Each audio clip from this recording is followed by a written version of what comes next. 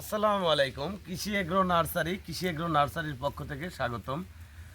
আমার ঠিকানা দিয়ে থাকি জেলা নাটোর, থানা বড়াইগ্রাম, গ্রাম তালসু, কুন্ডুপাড়া। আমি মোহাম্মদ আমিরুল ইসলাম। এগুলো দেখতে পাচ্ছেন বাড়ি টু লম্বা কালো যে পটলটা ডোরা কাটার মতো চিহ্ন, সেই পটলের এগুলো চারা। এই যে দেখতে পাচ্ছেন নার্সারিতে চারাগুলি দেখতে পাচ্ছেন, কি সুন্দর সতেজ চারা। কারণ ভালো জিনিসে ভালো ফল হবে, এটাই স্বাভাবিক। কারণ আমরা পটলের লতা থেকে চারা তৈরি করেছি, কারণ লতার চারাটা সবসময় ভালো হয়। আর পটলের যখন বিচি থেকে আপনারা চারা রোপণ করবেন, সেক্ষেত্রে চারাটা ভালো হবে না। এই জন্য ওই পটলটাতে ধরতে বহুত সময় লাগে। আর আপনারা যদি লতা থেকে চারা তৈরি করেন, সেক্ষেত্রে পটলটা তাড়াতাড়ি আসে, গাছটা ভালো হবে এবং শিকড়টাও অনেক সতেজ হবে। সে কারণে পটলের মূলত লতা থেকে চারা তৈরি করতে হয়।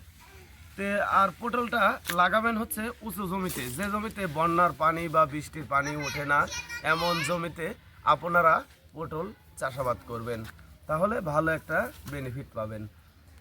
প্রিয় ভিউয়ার্স, আরেকটা বিষয় হচ্ছে পটলের জন্য যে জমিটা করবেন, লাইনে 2 হাত পরপর লাগাবেন। এক লাইন থেকে আর এক লাইন 5 হাত বা 5.5 হাত, এভাবে নিয়মে আপনারা পটলের চারা রোপণ করবেন। শতাংশে 20 পিস করে পটলের চারা রোপণ করতে হয়।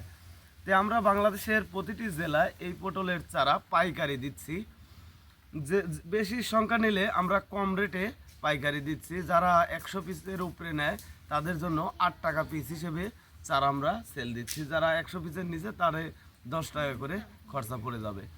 ভিউয়ার্স, আপনারা যদি পটলের চারা সংরক্ষণ করতে চান, আমরা বাংলাদেশের প্রতিটি জেলায় যেখানে যেখানে সুন্দরবন কুরিয়ার অফিস আছে, ওই জায়গায় আমাদের এই পটলের চারাগুলি দিয়ে থাকি।